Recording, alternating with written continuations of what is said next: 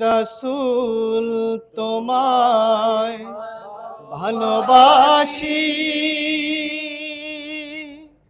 অন্তরে শুধু মুখে নয়,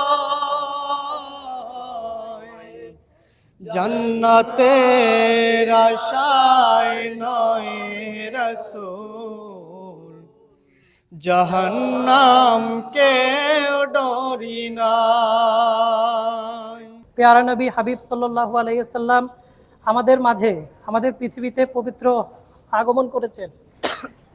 এই দিনে নবীজি সাল্লাল্লাহু আলাইহি ওয়াসাল্লাম যদি আগমন না করতেন, তাহলে আমরা পবিত্র মহাগ্রন্থ আল কুরআন পেতাম না, দ্বীন ইসলাম পেতাম না।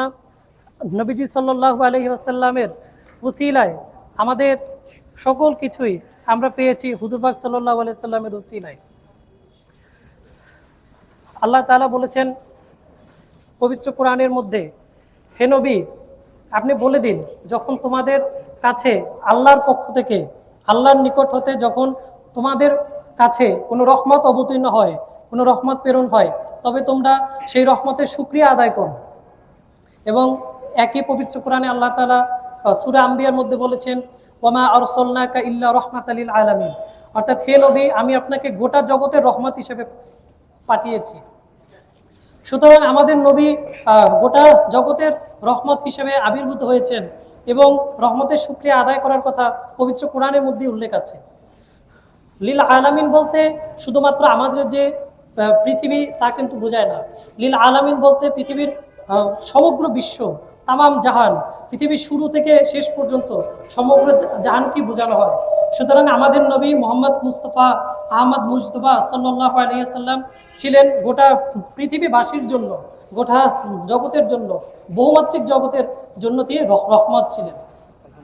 নবীজি সাল্লাল্লাহু আলাইহি সাল্লাম আমাদের জন্য অনেক অনুসরণীয়, অনুকরণীয় একজন আদর্শ। হুজুর পাক সাল্লাল্লাহু আলাইহি সাল্লাম তার সম্পূর্ণ জীবদ্দশায় তিনি সবসময় হাসি মুখে কথা বলতেন, সর্বদা সত্য কথা বলতেন।